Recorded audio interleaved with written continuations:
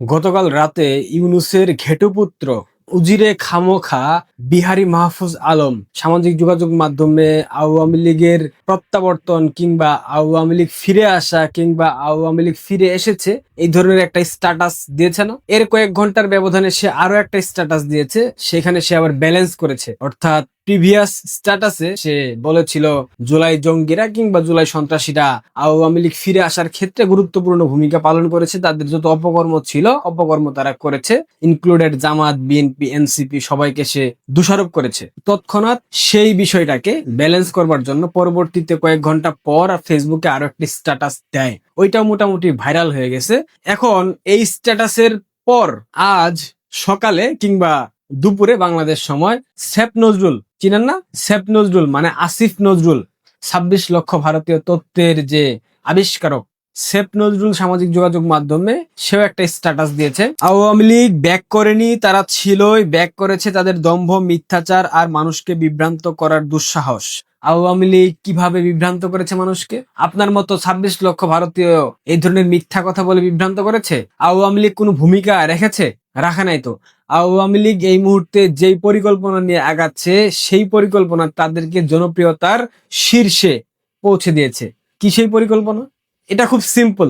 দেখেন, ৫ আগস্ট বাংলাদেশে যা কিছু হয়েছে, যেই জঙ্গি হামলা হয়েছে কিংবা জঙ্গি উত্থান হয়েছে, এইটাতে বাংলাদেশের অনেক মানুষ সমর্থন দিয়েছিল, অনেক মানুষ রাজপথে নেমে এসেছিল।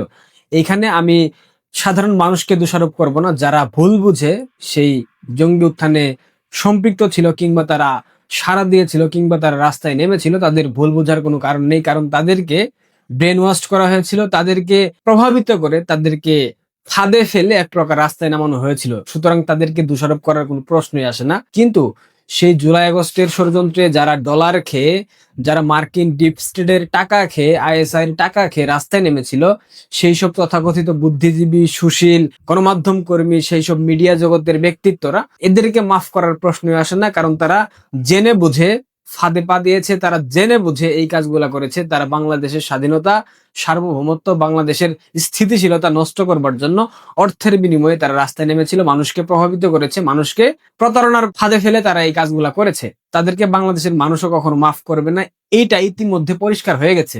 রাজনীতিতে একটা গুরুত্বপূর্ণ বিষয় হলো ধৈর্য। যার ধৈর্য নাই তার রাজনীতি করার কোনো প্রয়োজন নাই। একটা কথা তো সবাই আপনারা জানেন, প্রেম এবং যুদ্ধ, এই দুইটা জায়গায় যারা ধৈর্য ধারণ করতে পারে না তারা কখনোই সফলতার মুখ দেখে না। এই মুহূর্তে বাংলাদেশ আওয়ামী লীগ যে ধরনের পরিকল্পনা নিয়ে আগাচ্ছে, এটা নিঃসন্দেহে বুদ্ধিমানের কাজ।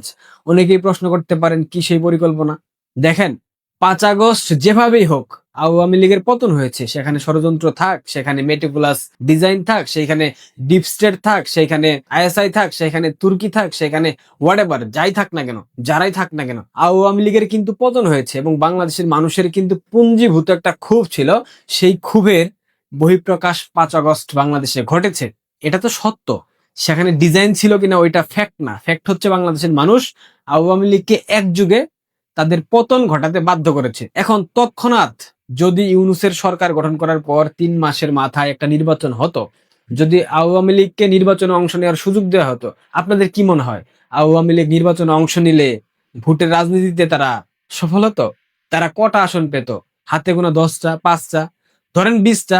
বিরোধী দল হবার মতো সক্ষমতা তৎকালীন সময়ে আওয়ামী লীগের ছিল না, কারণ তৎকালীন সময়ে জনপ্রিয়তা একদম তলানিতে ছিল। কিন্তু ২ বছরের ব্যবধানে এখন বাংলাদেশ আওয়ামী লীগ ইতিহাসের সব থেকে জনপ্রিয় দল কেন?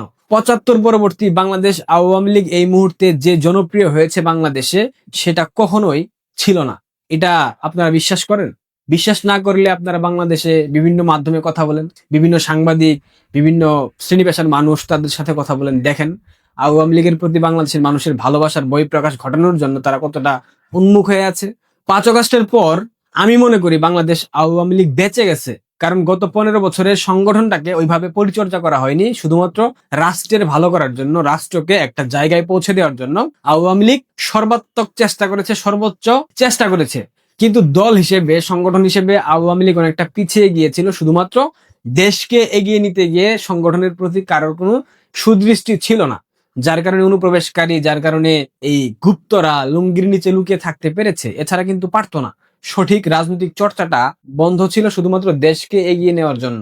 এই যে 2 বছরের ব্যবধানে আওয়ামী লীগ এই মুহূর্তে এতটা জনপ্রিয় দল কেন হয়েছে? ইউনূস, বিএনপি, জামাত, এনসিপি এদের দুঃশাসন, আইনের শাসনের অনুপস্থিতি, বিচার বিভাগে আধিপত্য, দলীয়করণ, মববাজি, শিক্ষা প্রতিষ্ঠানে হামলা, বাংলাদেশের স্বাধীনতা সার্বভৌমত্ব মার্কিন যুক্তরাষ্ট্রের কাছে বিক্রি করে দেওয়া, বাণিজ্য চুক্তি, আওয়ামী লীগকে কেন্দ্র করে অসংখ্য মিথ্যাচার, 26 লক্ষ ভারতীয়, এই মিথ্যাচার, ভারতের সাথে একাধিক দেশ বিরোধী চুক্তি, অসম চুক্তি, এই ধরনের মিথ্যাচার, আওয়ামী লীগ ভারতের দালাল, ভারতকে বিভিন্ন ধরনের সুবিধা দিয়েছে, ট্রানজিট সুবিধা দিয়েছে, অন্যান্য সুবিধা দিয়েছে, কিন্তু আলটিমেটলি আমরা দেখলাম আওয়ামী লীগ ভারতের কাছ থেকে বরং সুবিধা নিয়েছিল, সুবিধা দেয়নি, যেটা বর্তমান সরকার দেওয়ার চেষ্টা করছে।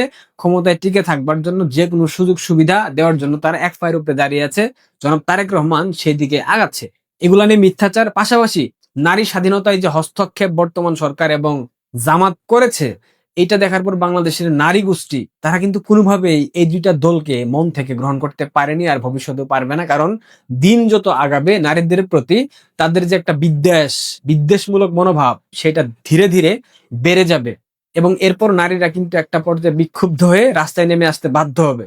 আমি বলে রাখলাম, আপনারা আমার কথা মিলিয়ে নেবেন। দেখেন, সাংবাদিক মঞ্জুরুল ইসলাম পান্না, ওনার একটা ইউটিউব চ্যানেল আছে, উনিও আজকে সামাজিক যোগাযোগ মাধ্যমে স্ট্যাটাস দিয়েছেন আওয়ামী লীগ ছিল, আছে, আওয়ামী লীগকে ফিরতে হবে দেশের জন্য, দেশের মানুষের জন্য।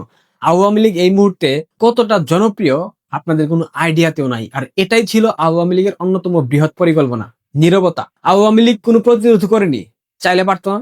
আওয়ামী লীগের যে 5-6 কোটি সমর্থক আছে, তারা যদি একযোগে রাস্তায় 10% নেমে যেত, পৃথিবীর কোনো শক্তি আছে তাদেরকে বাধা দিতে পারতো? অনেকেই বলেন সাংগঠনিক সমস্যা, সাংগঠনিক দুর্বলতা, নিজেদের মধ্যে বিভেদ, নিজেদের মধ্যে কোন্দল, নিজেদের আভ্যন্তরীণ বিভিন্ন ঝামেলা, এইসব কিছু উতরে আওয়ামী লীগ আসলে রাজপথে নামতে পারবে না। এটা আপনাদের ভুল ধারণা।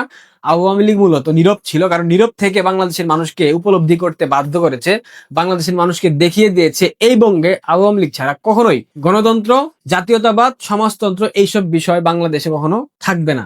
বাংলাদেশ মৌলবাদীদের হাতে চলে যাবে, বঙ্গবন্ধু কন্যা বলেছিলেন না, আওয়ামী লীগ যখন ক্ষমতা থেকে চলে যাবে এই দেশটা মৌলবাদীরা দখল করবে।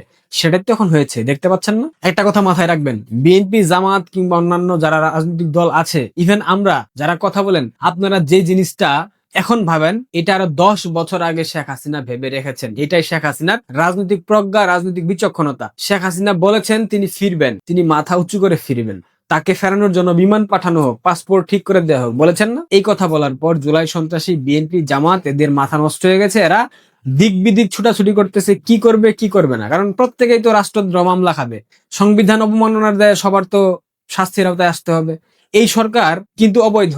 যদি ইউনূস কোনো বৈধ সরকার না হয়, ইউনূস যেভাবে সরকার গঠন করেছে তার কোনো প্রকার সাংবিধানিক ভিত্তি নেই, আইনি বৈধতা নেই। ইউনূস যেহেতু অবৈধ সরকার ছিল, ইউনূসের আয়োজিত যে নির্বাচন কমিশন, সেই নির্বাচন কমিশনের আয়োজন, সেই ইউনূসের আয়োজিত নির্বাচনের মাধ্যমে যারা ক্ষমতায় এসেছে তারা কখনোই বৈধ হতে পারে না। 72-এর সংবিধান যদি ঠিক থেকে থাকে, সেই সংবিধান মোতাবেক যদি এখনো রাষ্ট্র পরিচালনা হয়ে থাকে, সেই ক্ষেত্রে শেখ হাসিনা এখনো বাংলাদেশের বর্তমান বৈধ প্রধানমন্ত্রী। আমরা সেদিকে যাব না, সে কথা বলবো না। কিন্তু শেখ হাসিনার ভয়, আওয়ামী লীগের ভয় যে এদের মনের মধ্যে প্রবেশ করেছে, সেটা আমরা স্পষ্ট দেখতে পাচ্ছি। সুতরাং হতাশ হবার কিছু নেই। আওয়ামী লীগ ছিল, আওয়ামী লীগ আছে। সেফ নজরুল, আপনার শাস্তি বাংলাদেশের মাটিতে হবে, বাংলাদেশের মানুষ আপনার বিচার করবে। আমরা কোনো হুমকি দামকি দিলাম না, জাস্ট আপনাদের অপকর্মগুলো আমরা বাংলাদেশের মানুষকে বারবার স্মরণ করিয়ে দেব যে আপনারা কতটা দেশদ্রোহী, কতটা দেশ বিরোধী, স্বাধীনতার বিরুদ্ধে আপনাদের কতটা অবস্থান। শেখের বেটি আইতাছে। ভালো থাকবেন, ধন্যবাদ।